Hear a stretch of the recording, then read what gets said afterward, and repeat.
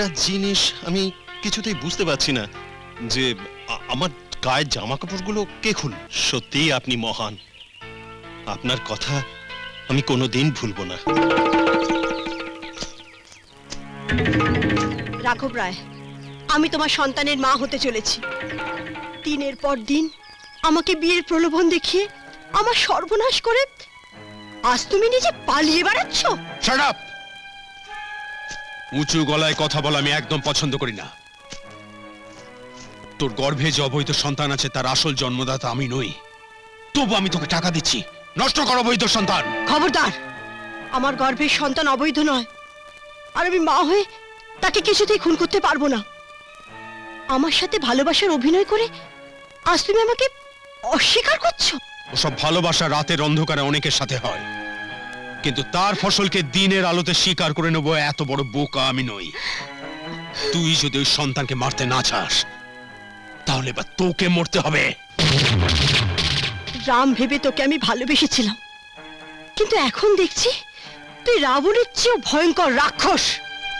তোকে আমি পুলিশে দেব, তোর নামে আমি মামলা করব। শেষ সুযোগ আমি তোকে দেব না।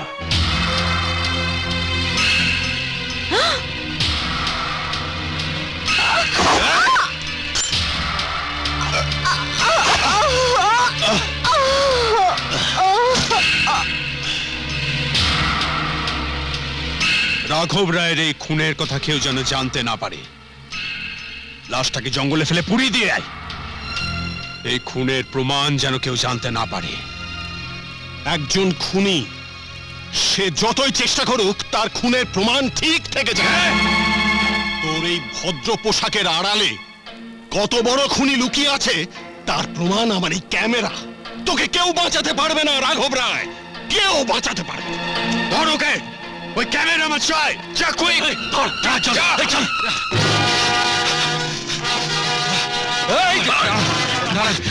এই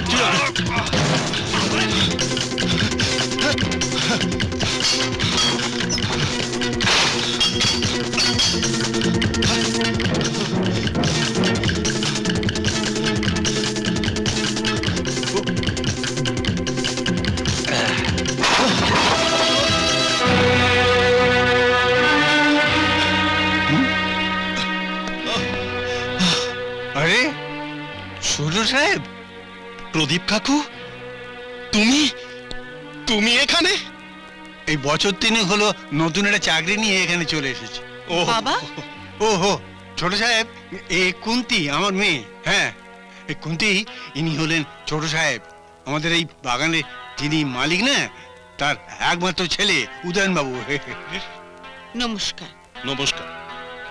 আপনার সারা গা দিয়ে জল ঝরছে, আপনি তো ভিজে গেছেন। আমার খুব বিপদ। ওই জঙ্গলের মাঝে রাঘব রায়কে খুন করতে দেখে আমি তার ছবি তুলেছি। ওর লোকেরা আমাকে খুঁজছে, খুন করবে বলে। প্রদীপ কাকু, প্রদীপ কাকু, তুমি আমায় বাঁচাও।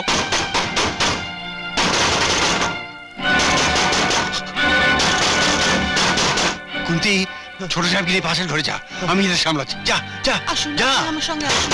আসুন।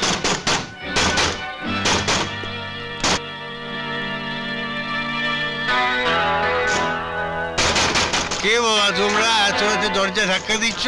হ্যাঁ, কে কে কে কি চাই? কে কে কে কি রে? এই বুড়ো, তোর ঘরে কেউ আশ্রয় নিয়েছে? এ ঘরে না বাবা, আমি তো একা বসে মুখ খাচ্ছিলাম। তুমি একা? তাহলে ওই ঘরে কে? ও ঘরে? ও ঘরে আমার মেয়ে থাকে। মেয়ে থাকে? এই চল তো দেখি। কি তোমরা এ ঘরে কি চাও? এই তোর পাশে কে শুয়ে আছে রে? একটি মেয়ের পাশে তার স্বামী ছাড়া আর কে শুয়ে থাকতে পারে? ও স্বামী, চল রে, এই চল চল।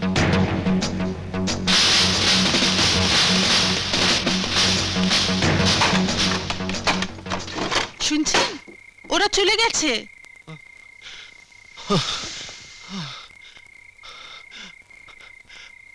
আপনাকে আপনাকে অসংখ্য ধন্যবাদ। আপনি আমার জীবন বাঁচিয়েছেন। মানুষই তো মানুষের বিপদে এগিয়ে আসে, আমি তো আমার কর্তব্য করেছি। কি হয়েছে? কি হয়েছে আপনার? ভীষণ ভীষণ শীত লাগছে।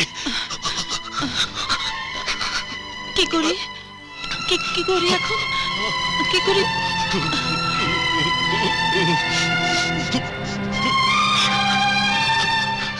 বাবা বাবা উনি ভীষণ শীতে কাঁপছেন কি করি বলো তো তুই ভিজে জামা কাপড় ছেড়ে ফেলতে বল, তারপর গরম চালা চাপা দিয়ে শুয়ে দে, না তো ঠান্ডায় মারা পড়তে পারে।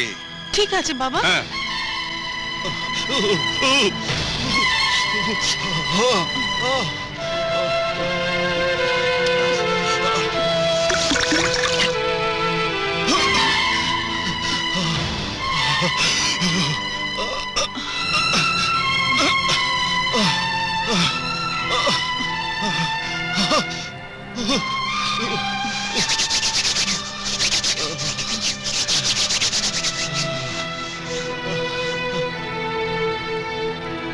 বাবা বাবা ও বাবা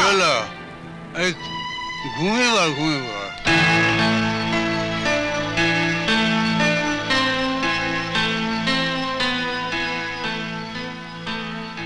আচ্ছা বাবা তুমি রোজ মদ খাও কেন? না খেলে এই ঠান্ডায় পুরো হাড়গুলো জমে যাবে রে, মদ খেলে শরীরটা গরম হয়।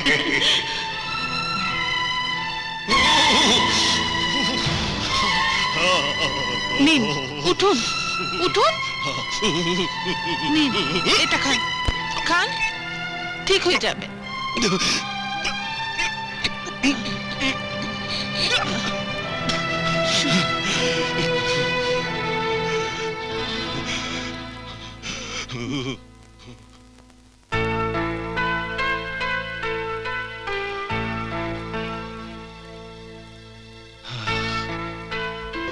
পার্বতী পার্বতী পার্বতী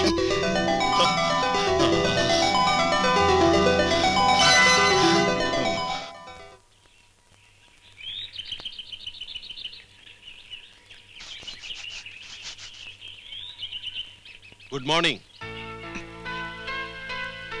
আচ্ছা, আমি কি সারা রাত এইখানেই ছিলাম? আগে সরি, তাহলে তো আপনাদের নিশ্চয়ই খুব কষ্ট দিয়েছি। একটা জিনিস আমি কিছুতেই বুঝতে পারছি না যে আমার গায়ের জামা কাপড়গুলো কে খুলল? আগে আমি খুলেছিলাম। ভিজে জামা কাপড় গায়ে থাকলে আপনার শরীর খারাপ হতো। সত্যিই আপনি মহান, আপনার কথা আমি কোনোদিন ভুলবো না। এই না বাবা তোমার ক্যামেরা। প্রদীপ কাকু, আপনাকে আপনাকে অসংখ্য ধন্যবাদ। আসি। হ্যাঁ এসো।